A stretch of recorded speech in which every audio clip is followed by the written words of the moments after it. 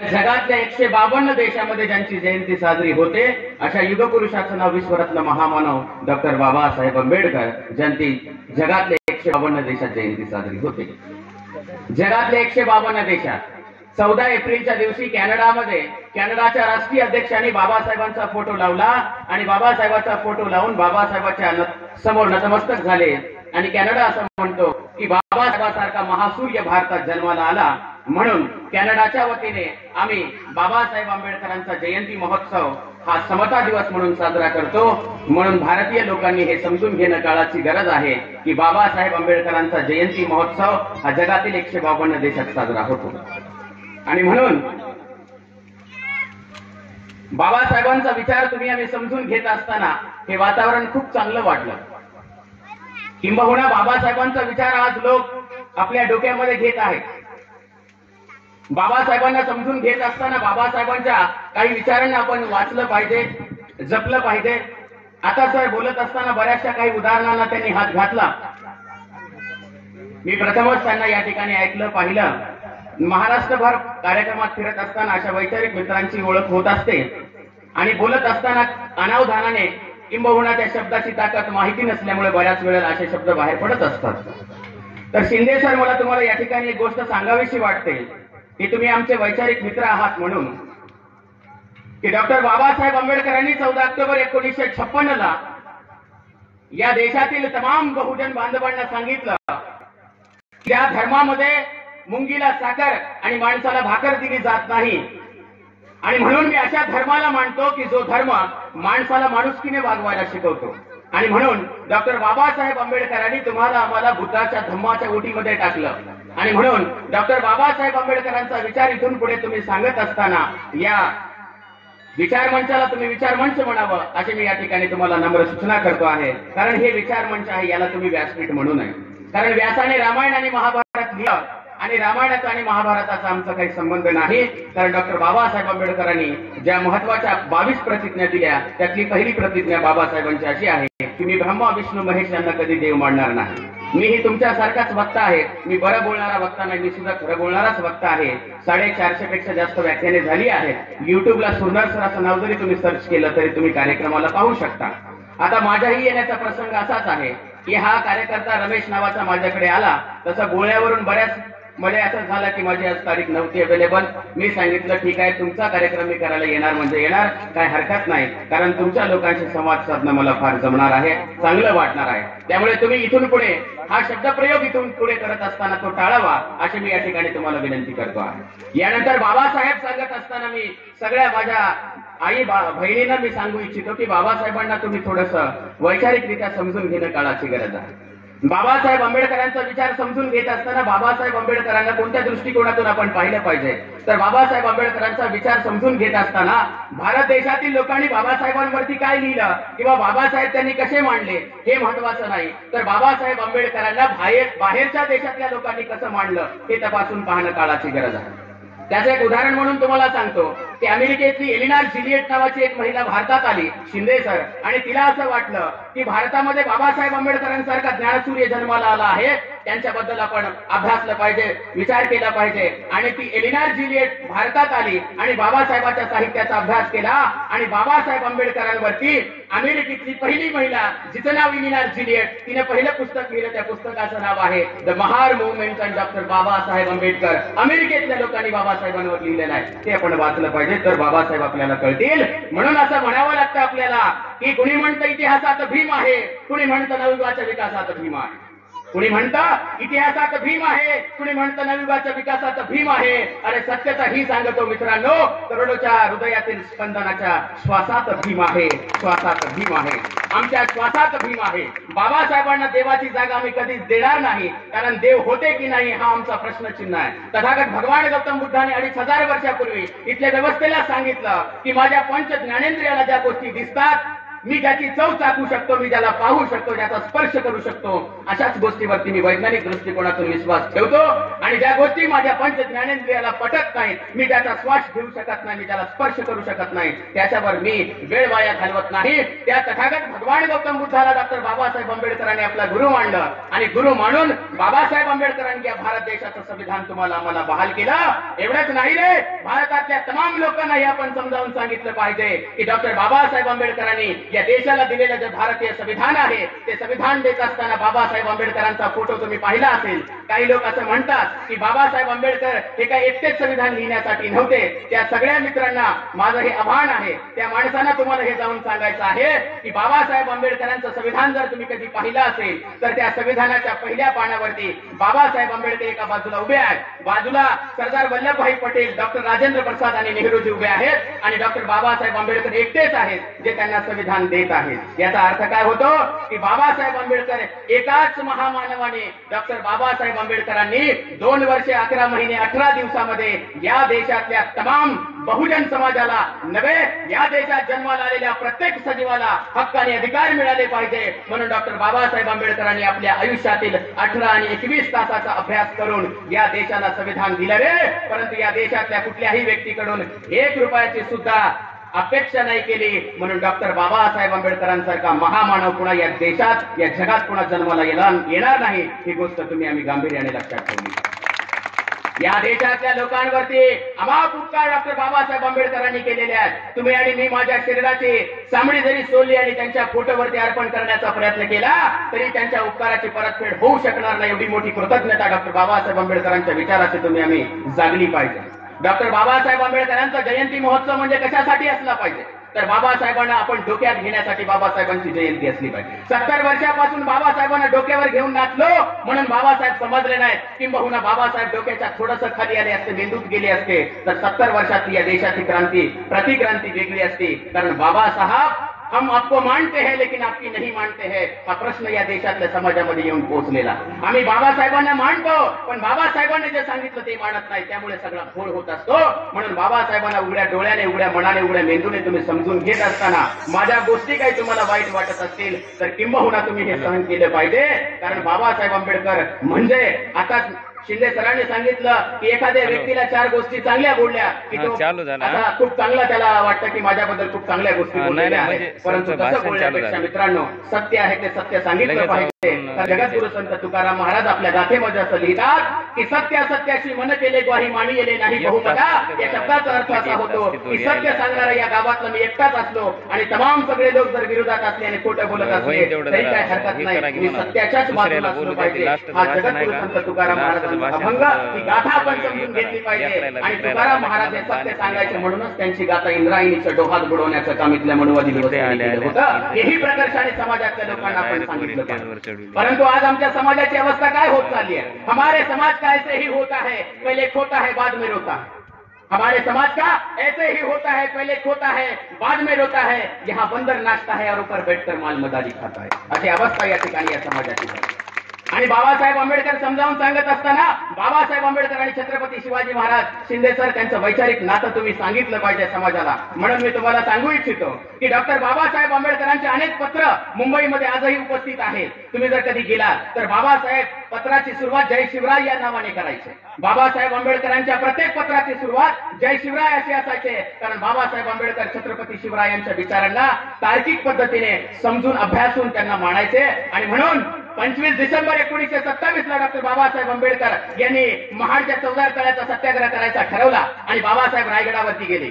रायगडावरती गेल्यानंतर बाबासाहेब आंबेडकरांना असं वाटलं की रायगडावर छत्रपती शिवाजी महाराजांची समाधी आहे, महाराजाच्या समाधीचं आपण दर्शन घेतलं पाहिजे. बाबासाहेब आंबेडकर समाधीवरती 2 दिवस मुक्काम करतात आणि मुक्काम केल्याच्या नंतर बाबासाहेबांना छत्रपती शिवाजी महाराजांचा पूर्णच्या पूर्ण इतिहास त्यांच्या डोळ्यासमोर येतो. 6 जून 1674 ची ती घटना छत्रपती शिवाजी महाराजांना इथले मनुस्मृतीने सांगितलं की छत्रपती शिवाजी महाराज तुम्ही तुमच्या मनगटाच्या जोरावर तलवारीच्या बळावर जरी स्वराज्य निर्माण करू शकला असाल तरी तुम्ही राजा होऊ शकत नाही. कारण इथले धर्मग्रंथ असे सांगतात की तुम्ही शूद्र आहात आणि शूद्राला राजा होण्याचा अधिकार नाही. हा इतिहास बाबासाहेबांच्या डोळ्यासमोरून नजरे खालून जातो आणि बाबासाहेबांना राग येतो आणि बाबासाहेब त्या ठिकाणी 25 डिसेंबर 1927 ला रायगडाच्या पायथ्यावरती जातात. समाधीचं दर्शन घेतात आणि जणू काय छत्रपती शिवाजी महाराजांना सांगतात की महाराज हीच ती मनुस्मृती आहे जिने तुम्हाला राजा होण्यापासून नाकारलं होतं. आता हीच मनुस्मृती मी तुमच्या पायथ्याला ढणाढणा जाळतो आहे. बाबासाहेब आंबेडकरांचं हे वैचारिक नातं समजावून सांगितलं पाहिजे, म्हणजे येणेकरून येणाऱ्या भविष्यामध्ये मराठा आणि दलित हा वाद निर्माण होणार नाही. हे प्रकर्षाने मांडलं पाहिजे, अभ्यासपूर्ण मांडलं पाहिजे, तर कळेल की छत्रपती शिवाजी महाराज आणि डॉक्टर बाबासाहेब आंबेडकर यांच्यामध्ये वैचारिक नातं काय होतं. त्यानंतर पुढे जर आपण गेलो तर डॉक्टर बाबासाहेब आंबेडकरांचा विचार तुम्हाला मी पुढे सांगतोय की बाबासाहेब आंबेडकर फक्त बीए फक्त मुंबईमध्ये शिकले आणि बाकीचं सगळं शिक्षण बाबासाहेब आंबेडकरांचं London School of Economics, Columbia University of America या अशा विद्यापीठामध्ये बाबासाहेब आंबेडकरांनी शिक्षण घेतलेलं आहे. परंतु शिक्षण घेत असताना बाबासाहेब आंबेडकरांना अमेरिकेत पुढे पाठवलं, लंडन स्कूल ऑफ इकॉनॉमिक्स मध्ये बाबासाहेबांना पुढे पाठवलं, तर त्या माणसाचं आपल्याला नाव विसरता येणार नाही. तर बडोद्याचे महाराज सयाजीराव गायकवाड हे मराठा समाजाचे होते आणि मराठा समाजाचे सयाजीराव गायकवाड यांनी बाबासाहेब आंबेडकरांना बोलावलं आणि सांगितलं, भीमराव काय तू अमेरिकेत शिकायला जाशील? बाबासाहेब म्हणाले, होय महाराज, तुम्ही जर संधी दिली तर मी निश्चितच अमेरिकेत शिकायला जाईल. बाबासाहेब आंबेडकरांना सयाजीराव गायकवाडांनी 4 प्रश्न विचारले. पहिला प्रश्न होता त्यातला की भीमराव तू अमेरिकेत जाऊन काय शिक्षण घेणार? बाबासाहेब लगेच म्हणतात की महाराज मी अमेरिकेत गेल्यानंतर राजशास्त्र, समाजशास्त्र, इतिहास आणि नीतिशास्त्र या विषयावरती अभ्यास करेल. दुसरा प्रश्न विचारतात, एवढा अभ्यास करून तुम्ही काय करणार? त्यावेळेस ते सांगतात की महाराज या सगळ्या गोष्टीचा मी अभ्यास करून माझ्या देशामध्ये असलेल्या दबलेल्या, पिचलेल्या, शोषित, पीडित, वंचित समाजाच्या उत्थानासाठी काम करेन. तिसरा प्रश्न विचारला सयाजीराव गायकवाडांनी, तिसरा प्रश्न विचारला की भीमराव तू तर मला म्हणालायस की मी तुमच्या कॉलेजमध्ये नोकरी करणार आहे, तू जर अमेरिकेला गेलास, एवढ्या डिग्र्या घेऊन आलास, तर हे समाजाचं काम करणार का माझ्याच कॉलेजमध्ये नोकरी करणार? तर बाबासाहेब आंबेडकर अतिशय विद्वान व्यक्ती होते. त्यांनी सांगितलं की महाराज तुम्ही जर मला संधी दिली तर मी तुमच्या कॉलेजमध्येही नोकरी करेल आणि समाजाच्या उत्थानाचे सुद्धा काम करेल. तुम्ही फक्त मला संधी द्या, दोन्ही कामे चांगल्या पद्धतीने करेल. असं काम महामानव डॉक्टर बाबासाहेब आंबेडकर आणि सयाजीराव गायकवाड यांच्यामध्ये असलेला दुवा होता आणि त्यांचे उपकार आपल्यावरती अनंत आहेत. म्हणून मराठा समाजाचे सयाजीराव गायकवाड यांनी डॉक्टर बाबासाहेब आंबेडकरांना शिष्यवृत्ती दिली आणि म्हणून बाबासाहेब आंबेडकरांसारखा महामेरू आज आपल्याला पाहायला मिळाला. हे आपण विसरून चालणार नाही, कारण बाबासाहेब आंबेडकरांचा विचार या जातीमध्ये भेद निर्माण करणारा नव्हता, तर जातीतल्या माणसांमध्ये जात नष्ट झाली पाहिजे हा विचार बाबासाहेबांचा होता. परंतु या देशातल्या काही राजकीय पुढाऱ्यांना आपल्याला मतं मिळवण्यासाठी समाजामध्ये ते वाद लावत असतात, जातीमध्ये भांडणं लावत असतात, दांगली निर्माण करत असतात आणि आपल्याला मताची पोळी त्यांना भाजून घ्यायची असते. म्हणून वैचारिक दृष्टिकोनातून आपण या सर्व महापुरुषांना समजून घेणं काळाची गरज आहे. आता हे सगळं झाल्याच्या नंतर बाबासाहेब आंबेडकरांची रवानगी झाली अमेरिकेमध्ये, न्यूयॉर्क युनिव्हर्सिटीमध्ये. आणि बाबासाहेब तिथे गेल्याच्या नंतर बाबासाहेबांना तिथल्या लोकांनी प्रश्न विचारला की बाबासाहेब तुम्ही कोणत्या विषयावरती अभ्यास करणार आहात? शिंदे सर, बाबासाहेब आंबेडकरांनी विषय सांगितला होता की छत्रपती संभाजी महाराज आणि महाराष्ट्रातील सामाजिक परिस्थिती हा बाबासाहेब आंबेडकरांचा विषय होता अमेरिकेमध्ये. म्हणजे अमेरिकेपर्यंत संभाजी महाराजांना नेऊन पोहोचवायचं जर काम कोण केलं असेल तर विश्वरत्न महामानव डॉक्टर बाबासाहेब आंबेडकर आहेत, हे मराठा समाजाला जाऊन आपण सांगितलं. हे नातं आपण त्यांच्यापर्यंत जाऊन पोहोचवलं पाहिजे. परंतु विषय काय होतो, आपण वाचत नाही, वाचलेलं ते आपल्याला कळत नाही, आपल्याला कळालेलं दुसऱ्याला सांगावं की नाही हे समजत नाही. त्यामुळे मोठा घोळ होत असतो. म्हणून हे आपण समजून घेतलं पाहिजे. म्हणून बाबासाहेब आंबेडकरांच्या पुढे नतमस्तक होत असताना बाबासाहेब आंबेडकर म्हणजे गल्लीचा राजा नाही, बाबासाहेब आंबेडकर म्हणजे चौकातला पुतळा नाही, बाबासाहेब आंबेडकर म्हणजे निळा झेंडा नाही, तर बाबासाहेब आंबेडकर म्हणजे अन्यायावर उगारलेली वज्रमूठ आहे, ज्याला न्यायाचा प्रतिकार म्हणून जय भीम म्हटलं जातं. म्हणून बाबासाहेब आंबेडकरांचा उद्घोष केला जातो. बाबा म्हणाले समाज माझा सूटबूट आणि कोटात पाहिजे. बाबा म्हणाले समाज माझा सूटबूट आणि कोटात पाहिजे. अरे मित्रा, उस्मा जय भीम काय कामाचा? गड्या तो बेंबीच्या देठात आणि ओठात पाहिजे, तरच बाबासाहेबाचा विचार लोकांपर्यंत पोहोचतो. परंतु आज या देशामध्ये बाबासाहेबाचा विचार लोक स्वतःच्या स्वार्थासाठी वापरतात, मतासाठी वापरतात, खुर्चीसाठी वापरतात, घरकुलासाठी वापरतात, राशनसाठी वापरतात, मारहाण झाली तर पोलीस स्टेशनसाठी वापरतात. त्या तमाम चेल्या चपाट्यांना हे सांगू इच्छितो की बाबासाहेब आंबेडकर जर तुम्ही स्वार्थासाठी वापरत असाल तर याद रखा की कुदरती हवाओं का कभी दाम नहीं होता, दिल में ना हो तो कोई काम नहीं होता. कुदरती हवाओं का कोई दाम नहीं होता, दिल में ना हो तो कोई काम नहीं होता. फकत मतलब के खातिर जो लेते हैं नाम बाबा साहब का, शिंदे सर जग में उन कमीनों का कभी नाम नहीं होता. जग में उन कमीनों का कभी नाम नहीं होता. आणि याद राखा, बाबासाहेबांना स्वार्थासाठी वापराल तर, कारण बाबासाहेब आंबेडकर म्हणजे तुमच्या ग्रामपंचायतला फोटो नाही, बाबासाहेब आंबेडकर म्हणजे निळा झेंडा नाही, बाबासाहेब आंबेडकर म्हणजे इथे लावलेला फोटो नाही, परंतु आमची माणसं बाबासाहेबांना तिथेच शोधतात. आमच्या सगळ्या माणसाला मी सांगू इच्छितो की बाबासाहेब तुम्हाला निळ्या झेंड्यात भेटणार नाही, बाबासाहेब फोटोत भेटणार नाही, बाबासाहेब चौकातल्या पुतळ्यात भेटणार नाही. बाबासाहेबांना तुम्हाला जर पाहायचं असेल, वाचायचं असेल, बाबासाहेबांची जर चर्चा करायची असेल तर बाबासाहेबांनी लिहिलेले पुस्तकं उघडून पहा. बाबासाहेब तुमच्याशी चर्चा केल्याशिवाय राहणार. बाबासाहेबांच्या पुस्तकांना जाऊन भेटा, बाबासाहेब निश्चितच तुमच्याशी चर्चा करतात. बाबासाहेबांसारखा महामानव या देशात दुसरा जन्माला येणार नाही. हे प्रतिपादन कशासाठी करतोय? बाबासाहेब आंबेडकरांच्या नावावर 1 गुंठा जमीन नव्हती, बाबासाहेबांकडे 7/12 नव्हती. शिंदे सर 1918 बाबासाहेबांनी पुस्तक लिहिलं, त्या पुस्तकाचं नाव small holding problems and their remedies. गुगलवरती सर्च करा.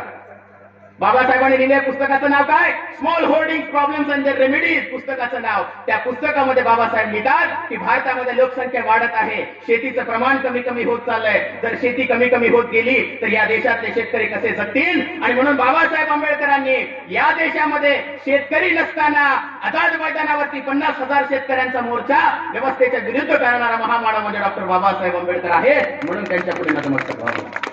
हा विचार तुम्ही आम्ही जाऊन लोकांना सांगितला पाहिजे, हा विचार आम्ही समजावून सांगितला पाहिजे, पण तो विचार आधी आपल्याला कळला पाहिजे, तरच आपण लोकांपर्यंत पोहोचू शकतो. बाबासाहेब आंबेडकरांचा हा विचार आपण लोकांपर्यंत पोहोचवला पाहिजे. बाबासाहेब आंबेडकर जिवंत असताना, बाबासाहेब आंबेडकर हयात असताना, बाबासाहेब आंबेडकरांचा कोल्हापूरच्या बिंदू चौकामध्ये पहिला पुतळा ज्यांनी उभा केला त्या माणसाचं नाव आहे विमलताई बागुल. आणि माधवराव बागुल हे दोन्हीही नवरा बायको मराठा समाजाचे होते. आणि बाबासाहेब जिवंत असताना कोल्हापूरच्या बिंदू चौकामध्ये त्यांचा पुतळा मराठा समाजाच्या माणसाने उभा केला होता. हे सुद्धा आपण विसरलं नाही पाहिजे, हे सुद्धा समजावून सांगितलं पाहिजे.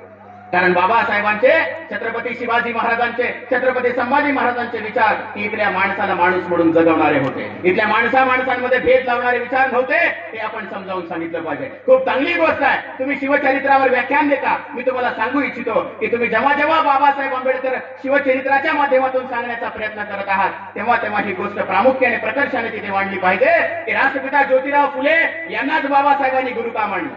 कारण बाबासाहेब आंबेडकरांचं शिक्षण लंडन स्कूल ऑफ इकॉनॉमिक्स मध्ये झालं, न्यूयॉर्क मध्ये झालं. बाबासाहेबांना शिकवण्यासाठी प्रोफेसर मॅक्स मुलर, प्रोफेसर सेलिंगमन असे प्रोफेसर होते शिकवायला. बाबासाहेबांनी त्यांना गुरु नाही म्हणलं. बाबासाहेबांचं शिक्षण BA, MA, MSc, DSc, जिलिच, बार ऍट लॉ एवढं शिक्षण बाबासाहेबांचं. अरे माझ्यासारख्या तरुण माणसाला सुद्धा बाबासाहेबांचं शिक्षण सांगायचं म्हणलं की 1 ग्लास पाणी प्यावं लागतं. एवढ्या डिग्र्या बाबासाहेबांच्या नंतर कोणी घेणारा माणूस जन्माला येणार नाही. म्हणून त्यांची जयंती होत असते, तुमच्या आमच्या तेरव्या होतात आणि ते सुद्धा कोणी खायला येत नसतं. हे समजून घेणं काळाची गरज आहे. हे समजून घेणं काळाची गरज आहे. या पृथ्वीच्या पाठीवरचा एकमेव असा महामानव ज्याच्या नावाच्या पुढे 26 डिग्र्या लागल्या जातात. 26 म्हणजे अनेक लेखकांच्या लेखण्या सुद्धा झिजून गेल्या, अनेक कागद सुद्धा संपून गेले, तरी सुद्धा बाबासाहेबांचा विचार मात्र अजूनही संपलेला नाही. म्हणून बाबासाहेबांचा विचार लोकांपर्यंत सांगत असताना आपण या पद्धतीने सांगितलं पाहिजे की मातीतल्या कणांना माती जपून ठेवा, फुले शाहू शिवरायांची नाती जपून ठेवा. मातीतल्या कणांनो माती जपून ठेवा, फुले शाहू शिवरायांची शेती जपून ठेवा. संपली नाही अजूनही लढाई. इथल्या लोकांच्या डोक्यातली जात संपवायची, आपल्या डोक्याच्या तलवारी थोड्याशा घासून ठेवा. आपल्याला जात नष्ट करायच्या माणसाच्या डोक्यातून आपल्या डोक्याच्या तलवारी थोड्याशा आपण घासून ठेवल्या पाहिजे. बाबासाहेब आंबेडकरांनी अर्थशास्त्र लिहिलं, पण बाबासाहेबांना असं वाटलं माझ्या 50 वर्षाच्या आधीला, 60 वर्षाच्या आधीला अर्थशास्त्र मी कसं समजावून सांगणार. तेव्हा बाबासाहेब आंबेडकरांनी सांगितलं की तुमच्याजवळ जर 2 रुपये असतील तर तुम्ही 1 रुपयाची भाकरी घ्या आणि 1 रुपयाचं पुस्तक घ्या. भाकरी ही तुमची पोटाची भूक भागवेल, पण 1 रुपयाचं पुस्तक तुम्ही कसं जगायचं हे तुम्हाला शिकवेल. अडाणी माईला सुद्धा अर्थशास्त्र शिकवणारा महामानव डॉक्टर बाबासाहेब आंबेडकर, ज्यांनी अर्थशास्त्राचा नियम तुमच्या आमच्या पुढे आणून घातला. परंतु काही लोक बाबासाहेब आंबेडकरांना दलितांचे कैवारी, दलितांचे उद्धारक, महार समाजासाठी बाबासाहेबांनी काम केलं, बौद्धांसाठी बाबासाहेबांनी काम केलं, त्या तमाम लोकांनी या आवाजाकडे लक्ष केंद्रित केलं.